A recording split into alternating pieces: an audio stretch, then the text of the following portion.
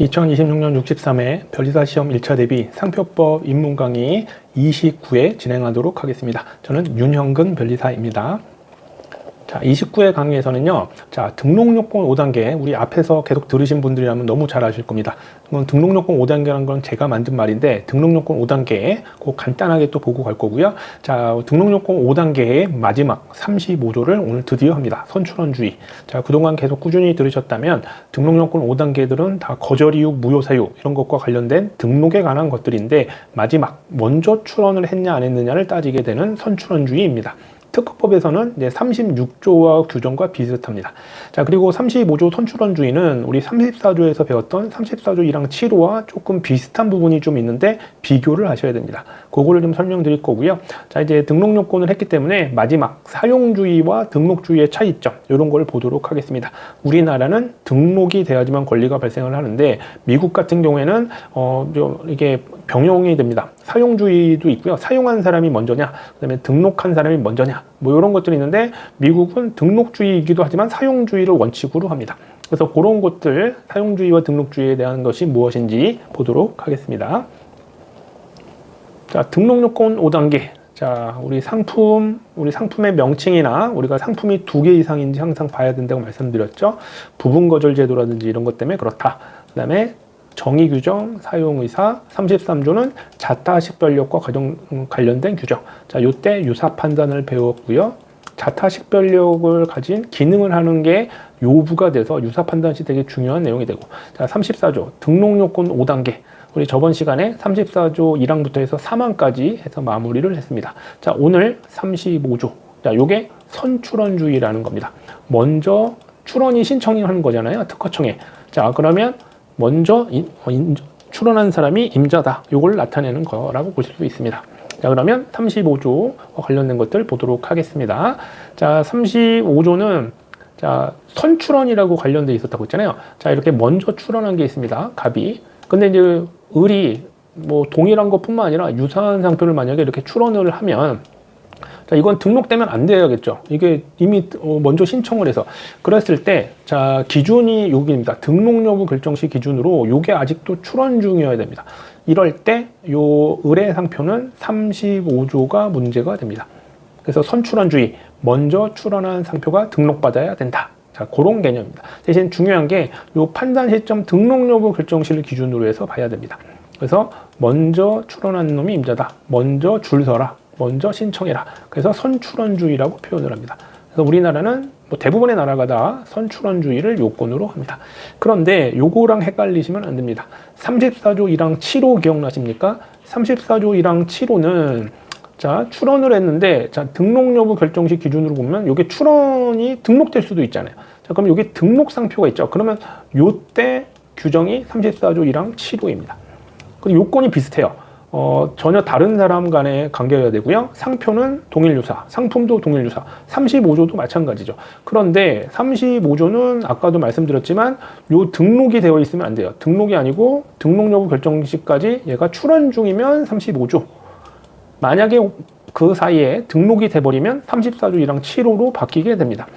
그래서 자, 우리가 맨 처음에 우리가 뭐 등록 여부 결정 시에 이미 딱 그때를 기준으로 하는 게 아니기 때문에 심사를 하면 자, 어떤 상표가 출원 중이에요. 그러면 특허청에서는 35조 위반을 우선 통지하면서 가로를 쳐서 34조 1항 7호가 될 수도 있다. 이런 식으로 통지를 합니다. 이거를 이제 거절 이유 통지, 우리가 이제 전문적으로는 이제 의견 제출 통지라는 용어를 쓰게 됩니다. 자, 왜 그런지 아시죠? 등록 여부 결정 시를 기준으로 하다 보니까 요 출원할 때 기준이 아니라 여기를 기준으로 하기 때문에 그렇습니다. 여기. 그렇죠? 등록 직전. 그럴 때 등록 상표가 남아있으면 34조 1항 7호. 그 다음에 출원이 계속 남아있으면 35조가 됩니다. 그래서 이 차이점을 잘 구분을 하셔야 돼요. 언제를 기준으로? 등록 여부 결정 시를 기준으로 한다. 이렇게 보시면 됩니다. 자, 그림으로 하면 좀 쉽게 이해되는데, 요게 이제 우리가 이제 말로 적어놓으면 좀 헷갈릴 수 있는데, 자, 동일 유사한 상품의 동일 유사 상표에 대하여 다른 날에, 같은 날이면 안 됩니다. 둘 이상의 상표 출원이 있으면 누가 먼저 등록받는다? 먼저 출원한다. 이게 선출원주의입니다. 하지만 예외가 있습니다. 선출원자가 동의를 받으면 예외가 됩니다. 이거는 34조 1항 7호에서도 있었습니다. 그러니까 34조 1항 7호랑 매우 흡사합니다. 규정이. 그러니까 등록 여부 결정실 기준으로 아직도 출원 중인 경우가 35조구나. 그래서 34조 1항 7호를 잘 이해하시면 35조도 쉽고요. 35조가 이해가 잘 되시면 34조 1항 7호도 쉽습니다. 대신 요게 두 개가 헷갈리시면 안 되겠죠.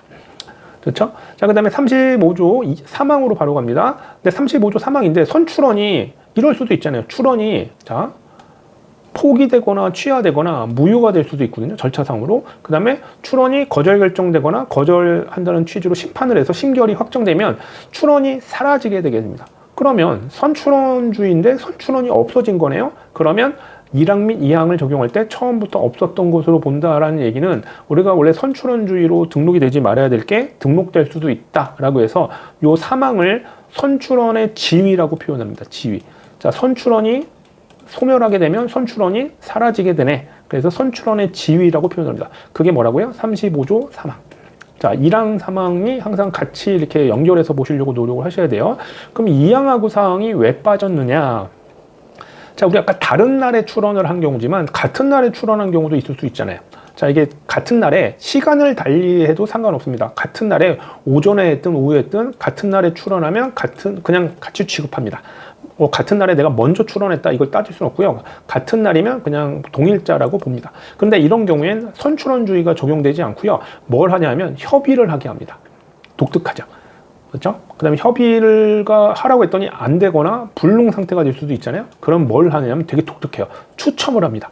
저도 이제 한 번인가 두 번 정도만 봤는데 되게 드물어요. 요즘에는 어떤 식으로, 예전에만 했는데 요즘에는 어떤 식으로 하는지 한번 일부러라도 한번 해보고 싶어요. 추첨을 어떻게 하는지. 그래서 추첨의 경우가 되는데 특허나 디자인 보호법에서는 좀 예외적으로는 아예 둘 다 등록이 안 됩니다. 근데 상표는 사용하는 게 중요하다 보니까 추첨을 해도 되는 거예요. 하지만 특허나 디자인은 기술이나 창작된 거기 때문에 이렇게 같은 날이 문제가 되면 그걸 다투기가 어렵기 때문에 어떻게 해요? 이거 추첨을 하지 않고 둘 다 등록 못 받게 합니다. 사용. 근데 이제 실제로는 이거를 같은 날 이렇게 따지지 않기 때문에 특허나 디자인은 그런 일이 좀 발생하기 좀 어렵긴 하지만 상표는 이렇게 같은 날이면 추첨을 한다. 그래서 제2항의 경우에 협의를 해라 이렇게 되어 있습니다. 그래서 35조는 크게 5항, 6항까지 있는데 1항, 3항, 6항, 6항이 아까 동의와 관련된 규정이고 2항, 3항은 뭐라고요? 동일자, 같은 날에 출원한 경우. 그래서 협의와 관련이 있다. 이렇게 보시면 됩니다. 그래서 35조는 1항부터 6항까지 있는데 이렇게 구성이 조금 이렇게 연결되는 부분들이 있다는 거 기억을 해두시기 바랍니다. 또 자꾸 한 번에 다 기억하려고 하지 마시고요. 나중에 천천히 보시면 다 이해가 되실 겁니다. 자, 그러니까 이렇게 다른 날에 출원을 해야 돼요. 35조. 이게 만약에 같은 날에 출원하면 뭐 하라고요? 동일자 출원이니까 협의를 해라. 협의가 안 되면 추첨한다. 근데 이렇게 다른 날에 있으면 얘네들은 등록이 안 된다. 그런데 만약에 이 선출원이 사라질 수도 있잖아요. 선출원이 포기, 무효, 취하, 거절 결정된다거나 거절 결정 불복 심판으로 소멸되면 얘가 사라졌네요. 그럼 이게 출원 중이었다가도 나중에 사멸되면 등록 여부 결정 시중으로 얘가 상표가 선출원이 사라지니까 얘는 35조에 해당되지 않고 얘는 등록이 가능하게 됩니다. 이렇게 35조에 해당되지 않는 거죠. 35조는 같은 날이냐, 당일날에 출원했느냐, 또 다른 날이냐, 동일자냐 이런 것들을 좀 따지셔야 됩니다. 그리고 판단 시점이 등록 여부 결정시라는 거. 그거 잘 알아주시면 좋겠습니다. 자, 그 다음에 우리가 이제 사용주의와 등록주의인데 우리나라는 등록주의입니다. 그래서 등록주의가 원칙이고 이걸 따르게 됩니다. 근데 이게 잘 생각해 보시면 등록한 자가 권리자다 그러면 우리가 이제 부동산 같은 경우도 왜 알박기 같은 거 있잖아요. 먼저 딱 등록해 놓고 막 하는 거. 상표도 그런 일이 생길 수가 있어요. 그래서 브로커들이 많이 생길 수 있는데, 자, 미국 같은 경우에는 등록주의도 따르지만 사용주의가 원칙입니다. 그래서 사용한 게 먼저 있다 그러면 그 사람이 권리자가 돼요. 등록을 누가 받았다 하더라도. 그래서 이게 비교가 되죠. 이런 식으로. 그래서 이런 경우에 정당한 권리자냐 아니냐를 따질 때 이게 당연히 사용자가 먼저 권리자겠죠. 하지만 우리나라나 대부분의 나라에서는 좀 절차적인 걸 따지기 때문에 등록을 한 거를 보게 됩니다. 등록을 한 거를 이런 식으로. 그 다음에 등록주의에서는 등록만 확인하죠. 그렇지만 사용주의에서는 사용을 확인을 해야지 권리자가 나오겠죠. 그래서 등록주의 같은 경우에는 우리가 일정한 절차를 받고 하기 때문에 딱 등록됐다. 그럼 누군지 권리자가 확인이 용이해요. 등록증이 있으니까. 그러나 사용자 같은 경우에는 누가 먼저 사용했는지 알 수가 없어요. 내가 사용한 것 같은데 이미 벌써 뭐 며칠 전에 또 다른 사람이 먼저 쓴 게 있다. 그러면 권리자 확인이 딱 불분명하죠. 그러다 보니까 분쟁이 많이 생기고 분쟁 해결이 좀 어려운 편입니다. 하지만 등록주의는 등록증이 명확하게 있으니까 분쟁이 생겨도 쉽게 해결할 수 있는데 대신 브로커, 먼저 알받기 하는 것 같은 거라고 생각하시면 됩니다. 실제 사용하는 사람도 아닌데 먼저 쓰는 사람이 이미 있음에도 불구하고 그 사람이 등록을 안 해놓으니까 몰래 등록해놓고 그런 걸 브로커라고 하는데 브로커가 나올 확률이 높죠. 그러니까 분쟁할 때 해결은 쉬운 편인데 브로커가 그런 것들을 악용할 수 있는 게 문제가 됩니다. 그렇기 때문에 우리나라는 등록주의가 원칙이라고 했지만 이런 브로커 문제가 있거나 그렇기 때문에 일부 요소 중에 사용주의적 요소를 가미한 규정 등을 도입하게 됩니다. 근데 그런 규정 등은 다 특 A급들 문제들이고 시험에 잘 나옵니다. 그러니까 등록주의가 원칙인데 사용주의를 가미하는구나 이런 것들 때문에. 그럼 사용주의 요소가 가미됐다 그런 것들 규정이 보이시면 다 뭐라고요? 특 A급입니다. 트리플 A입니다. 트리플 A. 너무너무 중요합니다. 그래서 사용주의하고 등록주의. 자, 우리나라는 등록을 해야지만 권리가 발생한다. 그래서 등록주의와 사용주의의 가장 큰 개념은 먼저 어떤 걸 권리자로 볼 거냐 그런 개념이라고 보시면 됩니다. 자, 오늘은 여기까지 하고요. 오늘의 공부 명언 좀 포기하고 싶으신가요? 왜 시작을 했었는지 이유를 떠올리시기 바랍니다. 저도 이거를 이제 영상을 만들 때 좀 조금 매일 아침마다 해야 되는데 약간 늦어진 경우도 있긴 하지만 내일 해야 되겠다 자꾸 하면서도 시간을 쪼개서 내가 왜 시작했는지 항상 생각을 하게 됩니다. 여러분들도 포기하지 마시고요. 시작했었던 이유를 떠올리시면서 끝까지 꾸준히 잘 하시기 바랍니다. 자, 오늘은 2026년 63회 상표법 입문 강의 29회입니다. 29회 마무리하도록 하고요. 다음 회차 때 뵙도록 하겠습니다. 저는 윤영근 변리사였습니다. 감사합니다.